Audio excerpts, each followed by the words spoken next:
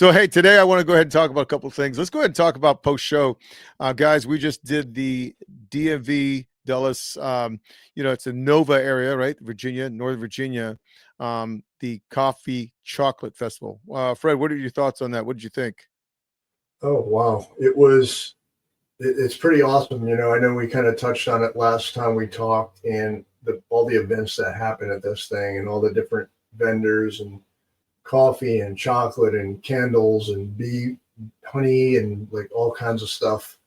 It was pretty awesome. Seemed like it was packed. It seemed like to me the the concentration of people was greater than the last couple of years, but I don't know. What do you think, man? It seemed like it was packed almost the whole I time. think, I think, yeah, as an event, I think the public is more aware. Sadly, that's the last time they're going to be doing it there because IKEA is moving into the South Hall of the Dulles Expo Center. Now, they have discussed moving into the Dulles Mall. That's where the Lord and Taylor building shut down. The Lord and Taylor business was open, and then COVID, boom, gone, evaporated. So that's 120,000 square feet. I'm really wondering about logistics, just as far as it's going to be a great location, right? But where? First floor, second floor. It's about the size of a Macy's, right? Mm. It's a good size. Um, but how are we going to get in? I mean, how the load and dock, vehicles, all that is going to be simple parking. Don't know. But as far as what you're saying, yeah, I thought it was very packed. I thought the weather was very good. I thought the culture was great. Lots of different kinds of people, and people just came up to our booth and loved what we have. So very good show. Yeah, I found Um, myself sitting down a lot less this year than previous years. It seemed like we're always up, waiting on yeah, customers. yeah, and I think people are getting to know us a little better. I mean, we are getting sales online as well from locals, which is awesome. I mean, I'm seeing sales from Fairfax and Arlington, but also we are getting sales from your region. I think people know you, North Carolina, but Mm. we're getting sales from places as far as Texas and California. So it's been pretty good.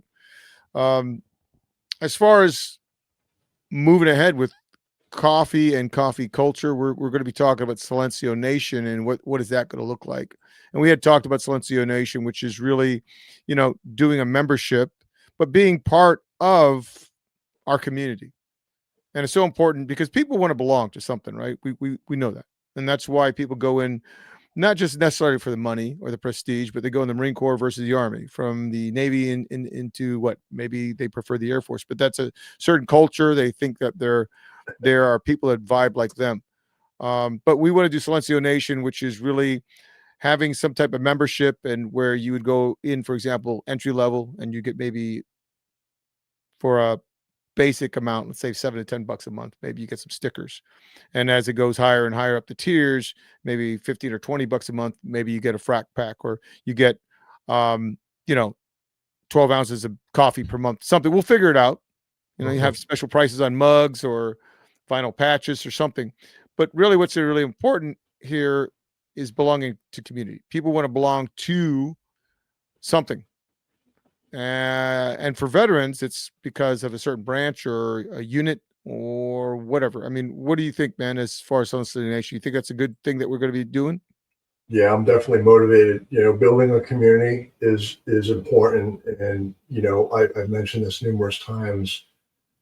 You're only as strong as the community that you live in, and building ours, the Silencio Nation. I know there's a lot of people interested, and I know we've been talking about it for a couple of years. We're just now finally going to kind of pull the trigger on it, but almost like a club or a fraternity, however you want to look at it, where people with common values and common beliefs can kind of get together. We talked about having get-togethers and functions and stuff like that, not just the tangible, benefits you get, Yeah. buying swag or getting discounts and buying coffee. Ultimately, that's the goal, right? Selling coffee and promoting our brand, but building a community also, right? That's kind of important to both of us, I think. Yeah, it's very important. I mean, when you think about culture and veteran culture, I mean, why do people want to belong to veteran culture? And we're not just a veteran brand. We want to sell to everybody and have everybody feel like they belong. But there's that idea of honor and service. You want to belong to that. You know, we have these very clear values. It's not very uh, abstract for us. I mean, we have integrity and loyalty. We try to be accountable. I mean, when we get an order, we try to fill out that order and get it out in a timely manner. If we make a mistake, we ship out and correct it. If it's a printing error, if it's a shipping error, so, for example, we sent ground instead of whole beans that somebody wanted, we try to fix that. So, you know, we try to be real. We try to be authentic, but we also want to, you know, have this sense of belonging for people and this idea of camaraderie. So you got that in the military. Again, we have a lot of supporters who are not even military that just want to support the military. They want to support vets. Silencio Nation for me is really about belonging. This whole idea of your daily life and your operations, what you do day to day, that you're preserving any of these traditions. And I think Silencio Nation is cool for people. It's not just about selling coffee. And Fred and I have talked about that for a long, long time. It's not just about selling coffee, because we could, and we could call it whatever we want. Charlie Brown coffee. We could call it ABC coffee, but we want it to be wrapped, to be couched in this idea of, you know, veteran life and the desire to have people feel like they are doing something. Whether it's rucking or shooting or running or training, but to be part of people who are very active. And when they're not active, maybe they're just chilling out and having coffee, but they're active. They're actually staying busy and doing some good in the world. Yeah, don't you have? We have a couple of friends, I guess, friends of ours that you could say are kind of like brand ambassadors, right? Like you talk about rucking, you have a rucking group in your area, your local area, which kind of meets weekly, and they drink Silencio coffee, oddly enough. Well, not oddly, but you know what I mean. And they go on ruck marches. Have you been out there with those guys yet?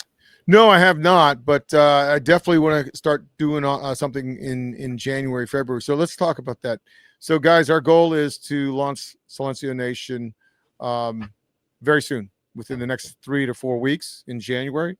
And then once that's established and everybody knows what to look for in the community, which is, again, the membership, right? You get, let's say a membership would be 2 bags of coffee per month, or you get a store-wide discount, or you get free stickers, or you get some type of merch credits, whatever. We're going to have that done. So there's going to be some type of membership structure in place by January. All right. I just haven't launched it yet, but Fred and I, we need to go back and forth and agree on what we thought was awesome for people. So we want to do that. And the next part of that is just building community. And we have people who support us, and we want to support people. So if they're doing basically just rucking, like today, I went hiking. We'll go hiking again tomorrow. I love being in the outdoors. I really do. Maybe it's a hiking community group here in Northern Virginia. Fred may do something. I may go down and see Fred. Fred may come up here. And we will do more than just hiking. We might be shooting, or it could be whatever the event. But that's kind of the calendar right now, is to get Silencio Nation launched in January and then start building these little communities. Yeah, for sure.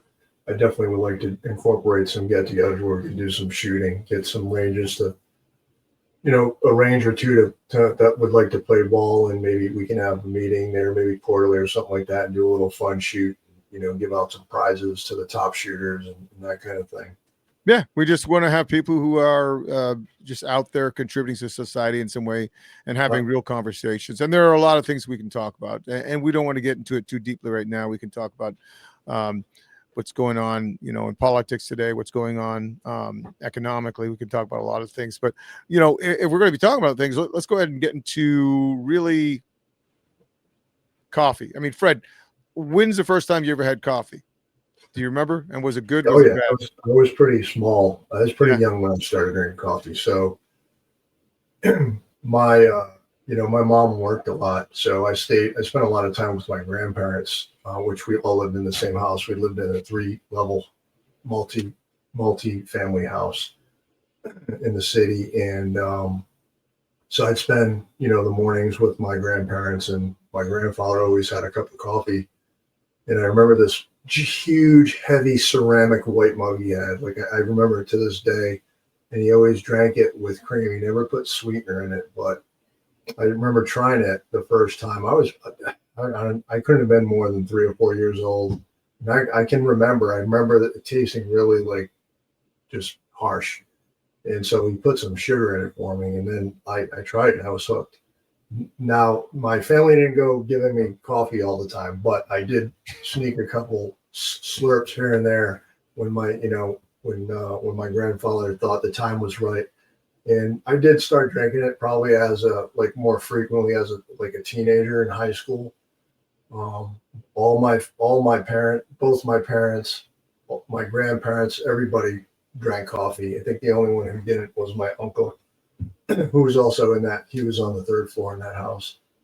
But yeah, I remember coffee as long as I can remember, like running around and playing in my grandparents' house and doing stuff. So whether it was good coffee or not, I would say, but based on my taste now, probably not, because I think they used to drink either Folgers or Maxwell House, right? Mass produced coffee.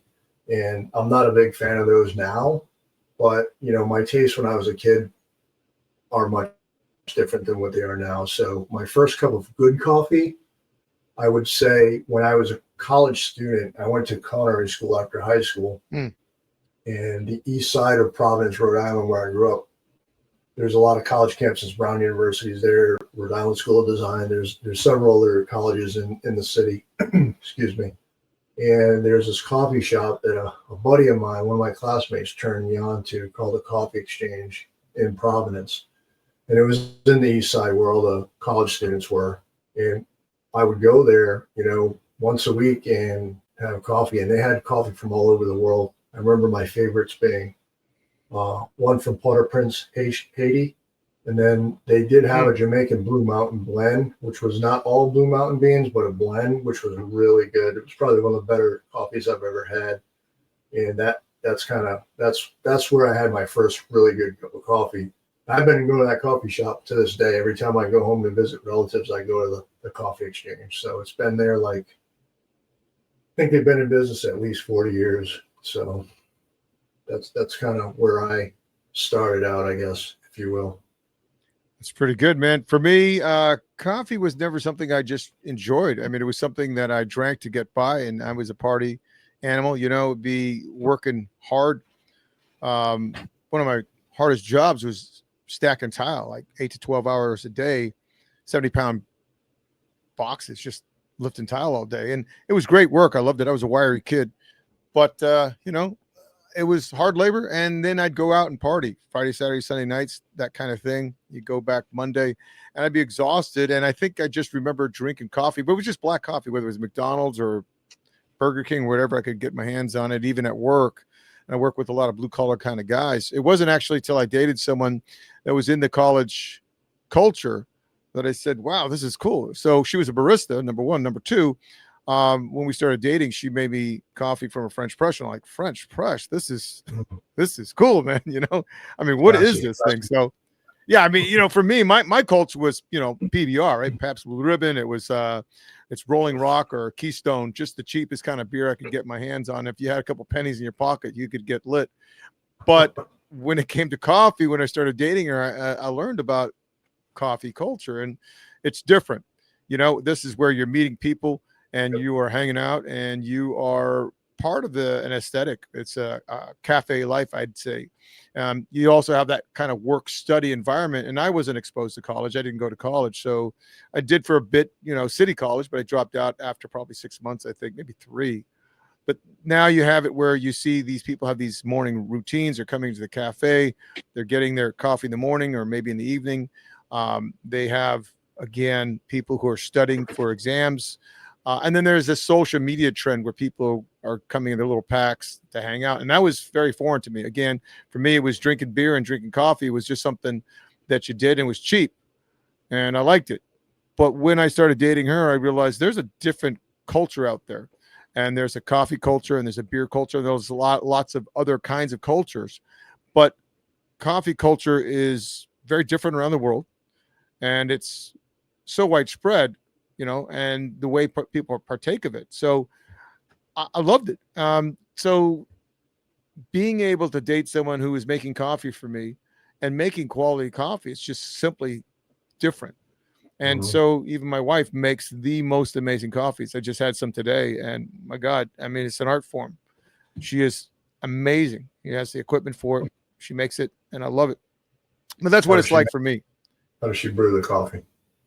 Oh, how she brew the coffee? Well, it depends. She'll do a French press. She'll do a kettle. She'll do. It depends on what I want. Like today, I just wanted coffee black.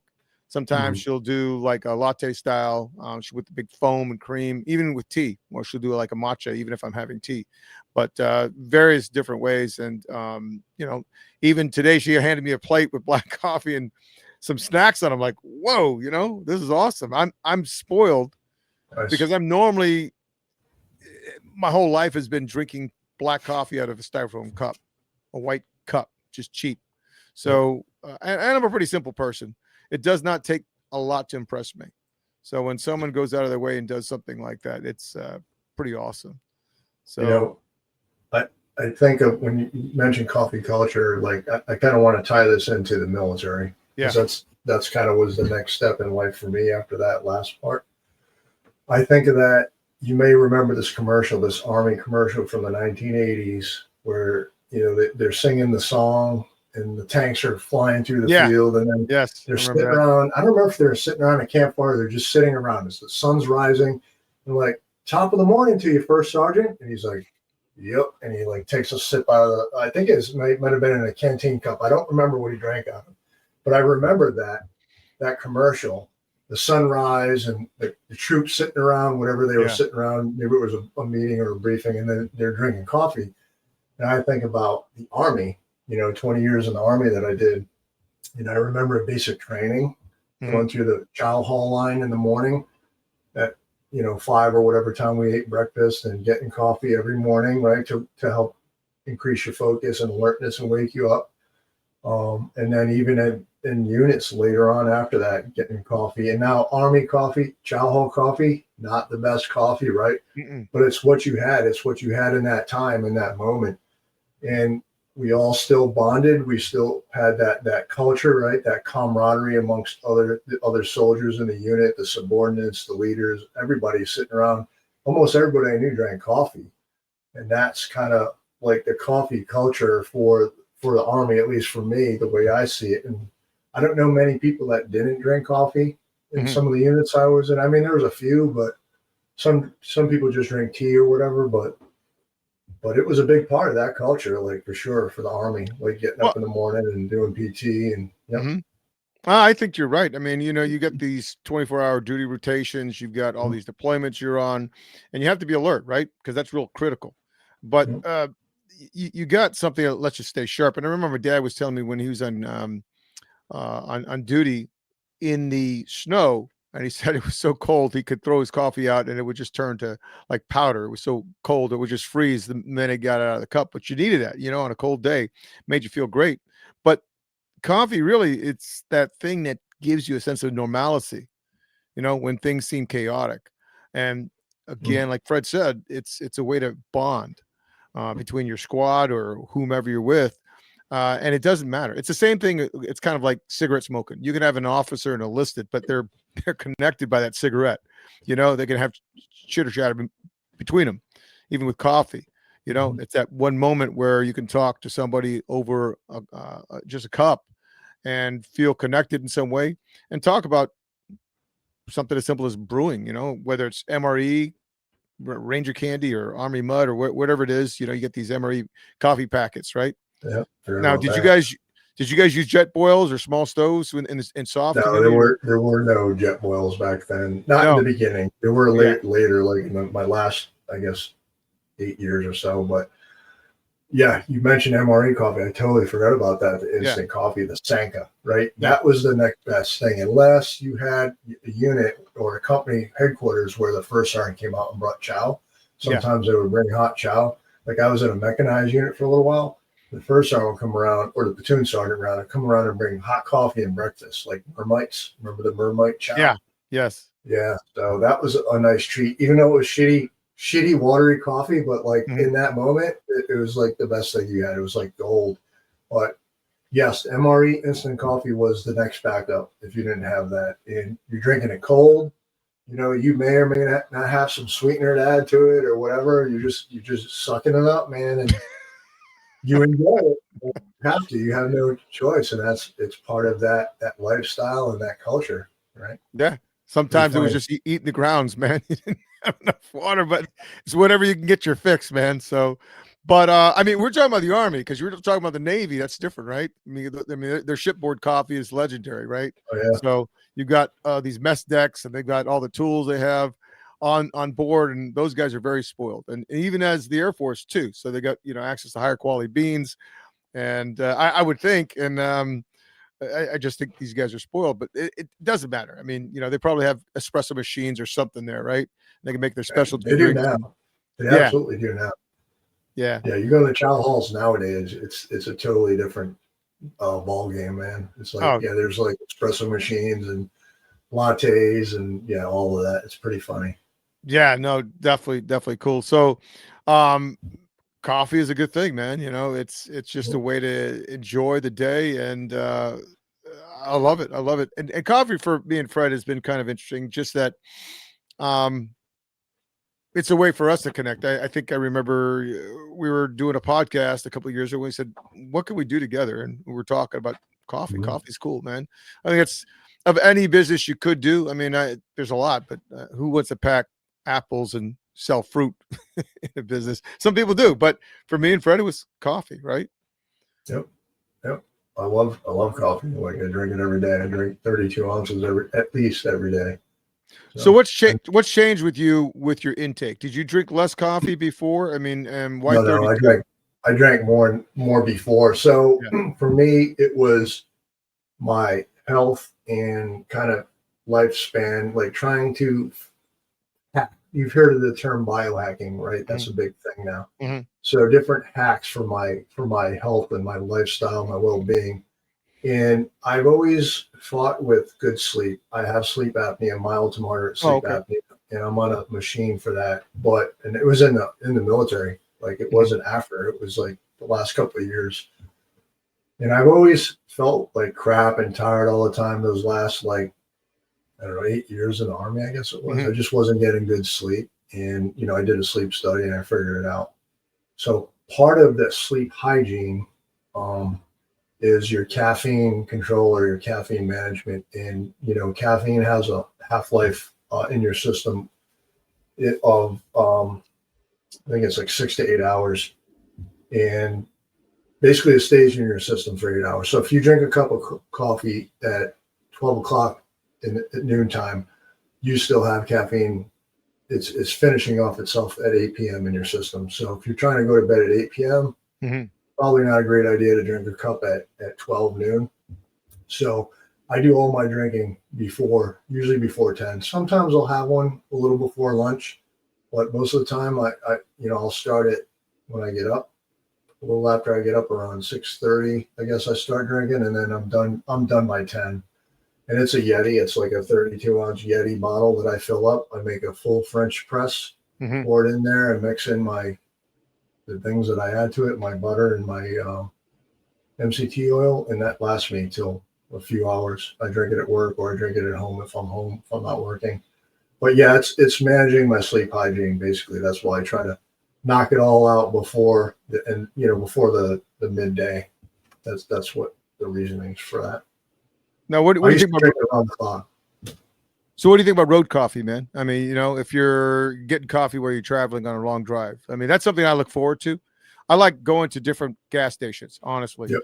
Yep. and just basically having that coffee. And it could be, you know, um, like our local sheets here, or Wawa. We have it, but that's that warm cup of coffee in your hand and that smell mixing in the interior of your car, and you're just sipping that coffee while you're driving out. Some coffee is just bland. It really is. It's however they prepare it, whatever coffee they're using. Uh, but I just like the whole idea of buying coffee and from Mhm. different places and trying them out. I mean, what do you think? Yep. Yeah. No, I agree, man. I used to do the same thing. Mhm. I'm a little more of a snob now with the coffee. Yeah. But I do the same thing. If I have a long drive where I'm driving into that nighttime hours, I'll definitely time that caffeine consumption to where I'm covered for that drive. And then Hopefully it's shutting off towards the end when I'm about to, when I'm checking into a hotel and getting a room to go to sleep. But yeah, I do the same thing. What I was saying, I tried to spit it out before we switched subjects, but I used to drink coffee around the clock. Like I would drink it in the morning. I would drink it. I would stop at Dunkin', drive through on the way home from work, have one in the evening. And then sometimes I would have one after dinner, one or two after dinner. And that's, 6 to 8 p.m. at night. Like you have caffeine. Now, people are like, well, I can drink caffeine or coffee and I can fall asleep just fine. Yes, that may be true. So can I. But you're not getting that deep restorative sleep. You have different cycles. And without getting into too much detail, you have different stages of sleep cycles.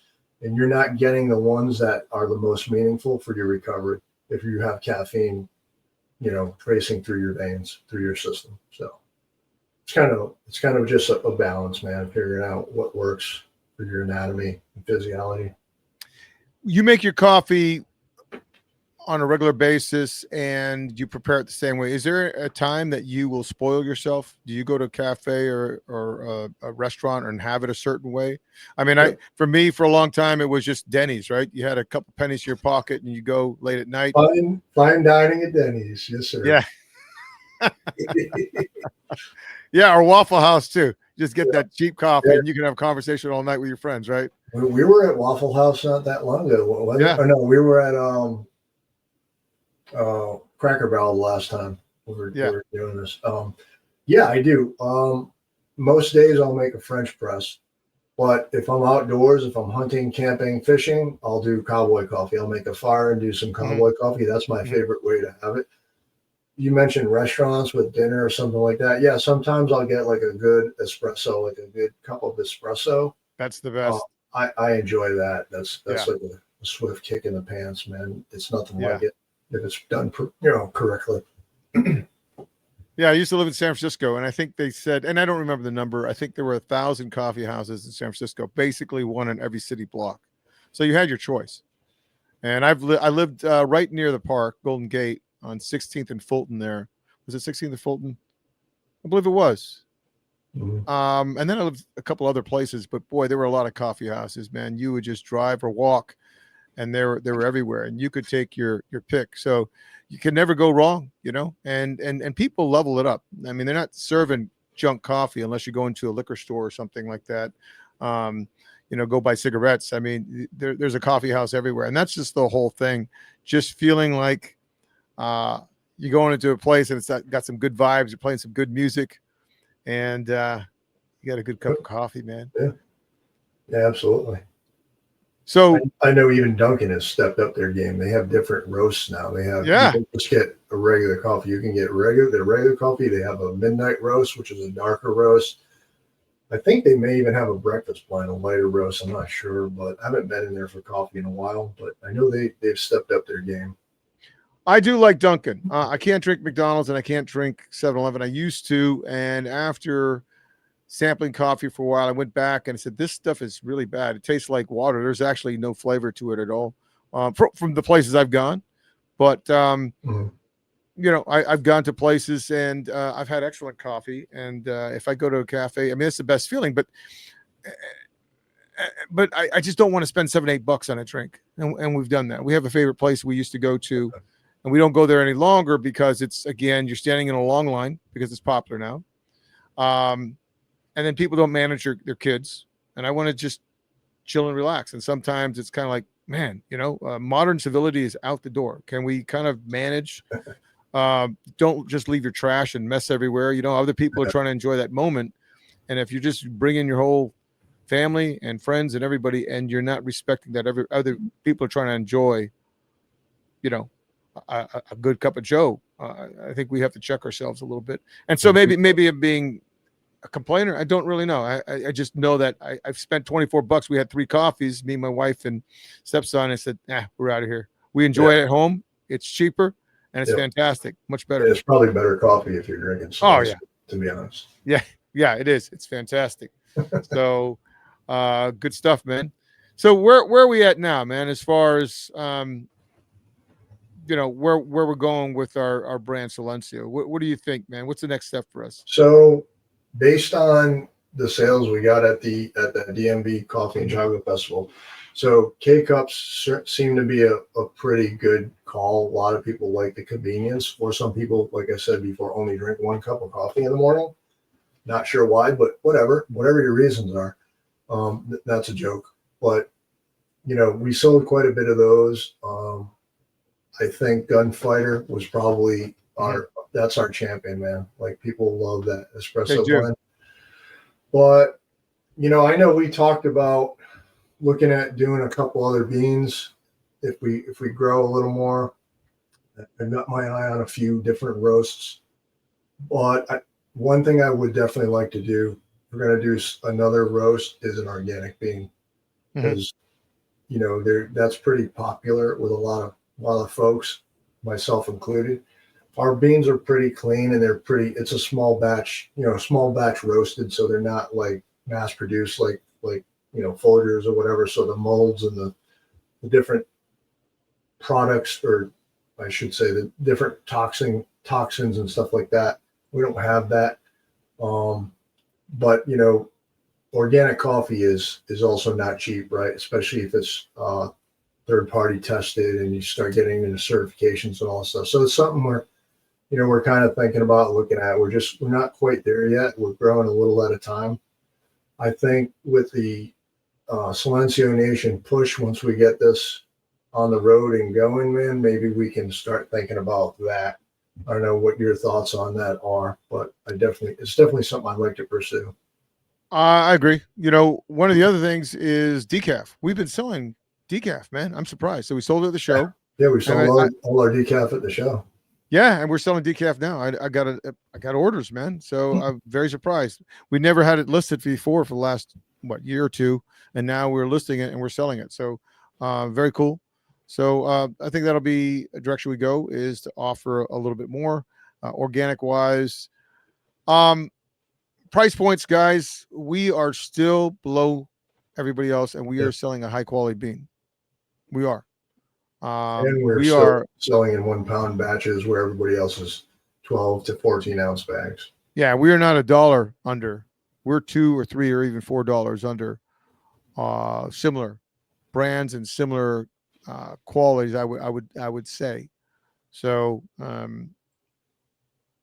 that's a blessing for everybody else. I mean, if you're buying from us, we're offering you a fantastic product for a very, very fair price, and we're happy with that. Could we boost it up next year? I don't think we will, but we've talked about it maybe.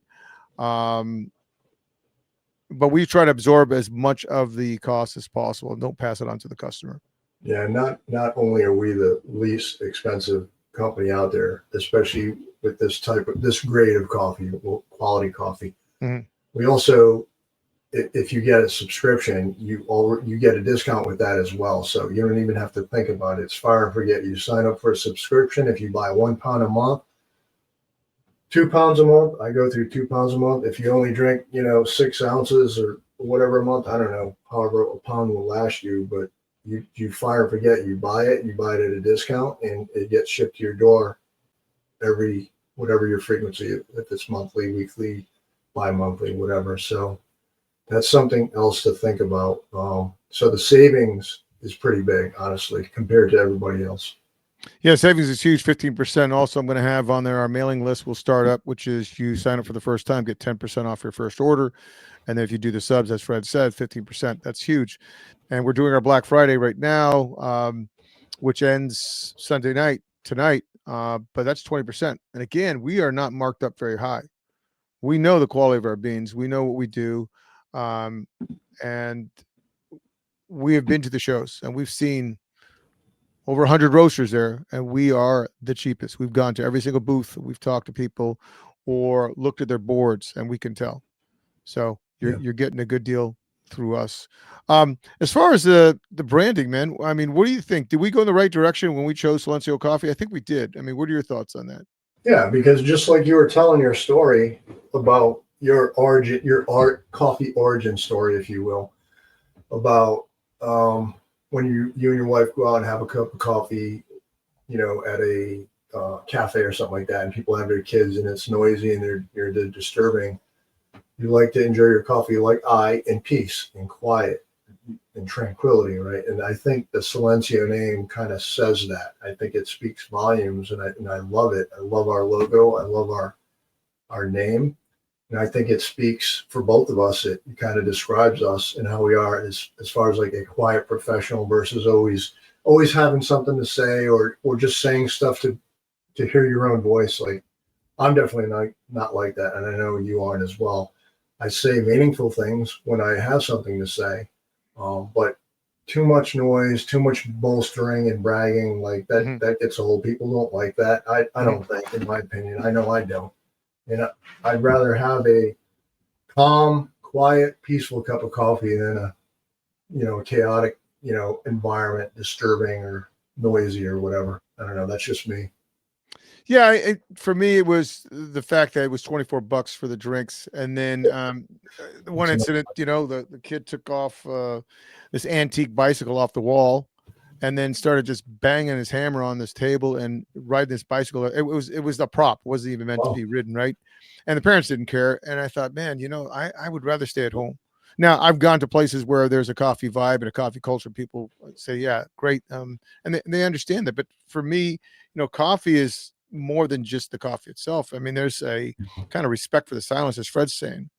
And you think about this no talking symbol that we have, it's really about almost like the silence that you experience in certain religions, where there's this monastic contemplation and you are in this temple or this sacred space. And that's kind of the way I think of Silencio coffee. So even though the name is, about silence, it's about this unspoken, this this vibe, this hesitation, and that's really important to me. And when I drink coffee, I want to be connected to what's going on around me. I want to observe maybe that bird flying outside my window, or the music I'm listening to at the time. Maybe I'm putting on some blues or some jazz or something and just chilling out. And so it's a huge experience. And I think a lot of people can relate to that when they're drinking coffee. That simply they want that calm and they can experience that quiet and they can relate to what's going on in the world. And that's why that connection feels so powerful because they feel connected to other people, even if they're alone in their own room.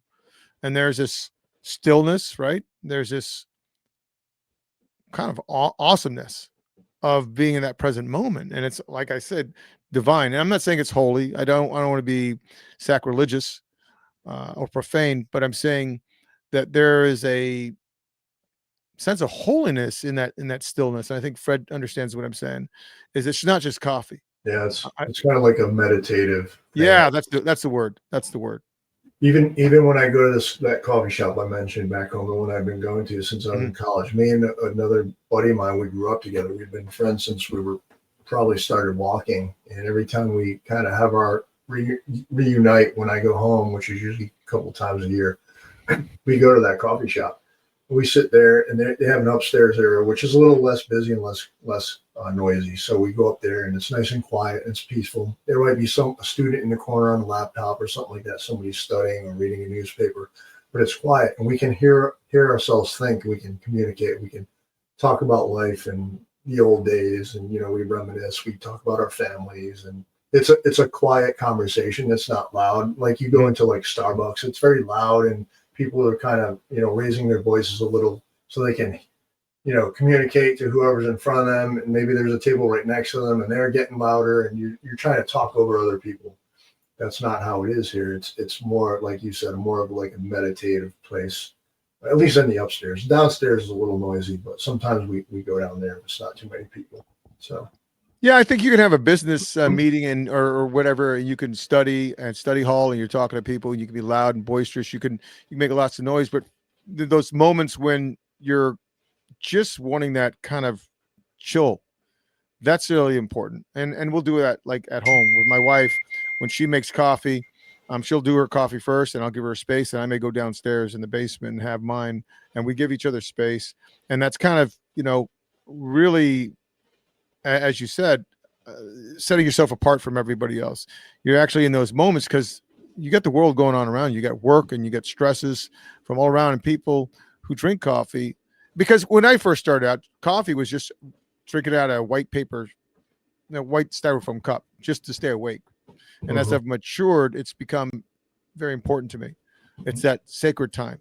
And it's that time for me. It's not time for my wife or time for their kids or time for anybody else, but for me. And I think it's really important. I don't think some people do that, which is they nurse themselves, they take care of themselves, they treat themselves with a certain amount of reverence and respect, and at that moment, at the same time, having that coffee, you can have gratitude, man, and you can have wonder, and you can relax to the most wonderful music, and there's a sense of depth in your world at that time.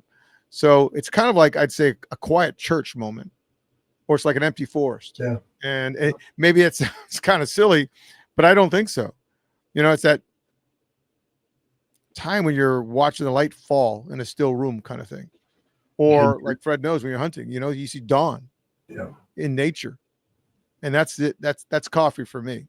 So it serves as a guard for holiness. It's that way to kind of enjoy a moment without even speaking. And that's kind of how we came up with that name, and why we want other people to enjoy it the same way. Do you know if our coffee is good or bad? Well, yeah, we have the marketing, the branding, which, yeah, okay, it's silent, Silencio, cool. But at the same time, we want you to really enjoy the coffee. We're not giving you inferior beans. We don't want to give you junk. We want you to drink awesome coffee and then reflect. That's the way I see it. When you're out there hunting, yes, yeah. Thank you. So that's the perfect example of the Silencio. Part of it, when you, just like you said, when the sun's coming up, then sky starts to get a little bit light. And I literally sit there with my Yeti. Mm-hmm. I have a little cup that I drink out of, and I'm kind of sipping on my cup, listening, watching, observing, seeing if there's any movement, and just waiting, man, and waiting to see if an animal presents itself or not, and enjoying that piece of that moment. There's a little frost in the air. You can see your breath, and the sun's cracking the skyline, and yeah, it's beautiful. Like I couldn't describe it better the way you just said it. Wow. Yeah, and it's memories too, right? I mean, I remember going up to Rancho San Antonio in Los Altos in California. We'd run up to the top of the mountain. It wasn't very high. I mean, it was aggressive, yeah, but it's like a 4,000 or 5,000 foot climb, but you're going in a giant circle. It was like about 20 miles up and down. Fantastic. And I just remember when the light was starting to go away and the sun was setting, and we didn't have night lights, nothing. It was just moonlight or sunlight, excuse me. We had sunlight. And as the sun was setting, I mean, you had to hustle to get out of there because it was pitch black. You would not be able to see your face, your hand in front of your face. So we'd go down these switchbacks as fast as we could, almost going over the cliffs, and just going as fast as we could and getting back home afterwards. And man, it was an awesome run. And then making coffee and just chilling and talking about that time we had together running with my buddy, my roommate. And it's those moments where you can connect with people, man. And I still have these memories 30 years later. I'm thinking, man, those were amazing. I mean, it was dangerous and it was fast. It was tough, but it was awesome. And we were held together by that bond of coffee and just those good moments, man. As you said, Fred, when you're hunting and you're just enjoying that moment, man, It's yeah, and it doesn't even have to be hunting. It'd be camping. If you're camping, sitting by the fire, same scene, same scenario. The dawn, sun's coming up, and you're sitting out there with a buddy or two, and yeah, you're just drinking coffee, enjoying the peace, enjoying. You don't even a word doesn't even have to be spoken, although it probably will be. Just enjoying that silence and that peace and that camaraderie, that culture, right? It's part of culture. Yeah, it's interesting because coffee gives you that moment, just the idea of buying coffee and having it. And I'm not talking about in a loud cafe, but it's a way for you to reset, right? I mean, it's a way for you to recover. And so it's a way for you to slow down and clear your mind of all this cluttering and process what's going on in your life. And I think that's, Fred, when do you do your deepest thinking? Let me ask you that. Like when their stress levels are very high. I mean, do you go for a walk or what do you normally do? You sit in the Yeah, room. I walk every day, but it's not because I'm stressed. It's just something I do. But Mhm. yeah, if I'm feeling wound up or stressed out, sometimes I'll take the dog, I'll go out to the woods and kind of just hang around and, just think about, gather my thoughts. And, you know, I guess that's kind of what I do. Or I'll go to the lake. There's a couple lakes near here, and I'll go down there and kind of just sit and watch the lake. And I love watching the sunsets over the lake. Like those are the best. So, Yeah, I used to sit on the dock out in Oakland, man, and I sit there and just watch the water, and you could see some boats, you could see San Francisco across the bay, um, depending on what vantage point you were at. Um, but the idea of silence, not just coffee, but just silence in itself, is a way to connect with your inner life. When you go out there and just going for a walk and you're by the water, it's very nice. There's no noise, and your emotions become easier to feel and understand. And that way you get that clarity. You do that deep thinking. You get those moments of reflection, and that's how coffee has been for me. Even if it's just 10 minutes, because that's all I had today until it came down for the podcast. It's just 10 minutes. My wife made it. It was amazing. I told her, I thanked her 4 times, and I said, honey, that was awesome just to have it. I felt grounded and I felt relaxed. And that's the best part of having coffee, is just the quiet, and as Fred is saying, when he goes out, you hear the wind, you hear the water, you hear the birds, maybe even hear the leaves or the rustling of the wind through the trees. And that's just pretty awesome. I can't say more than that. yeah, that pretty much sums it up, man. Being in nature, being with yourself, with your thoughts, if you have a dog or whatever. And yeah, that's what it's all about. Yeah. So guys, I hope you liked our episode, and I hope you got to know a bit more about myself and Fred and the way we think. Pretty simple guys, no pretensions here as far as I know. But please like, share, subscribe, tell your friends, and definitely sign up for the subs. I think you'll get a good quality bean for a very, very good price, 15% off on the subs, and more to come. Fred, did I miss anything? Is there anything you want to talk about? No, I don't think so. I would just like to say, leave a comment if you have any suggestions or ideas you'd like to see us, push at Silencio. We're always open to feedback, and we're looking for great ideas to help grow the community and help drive the business, help get it going.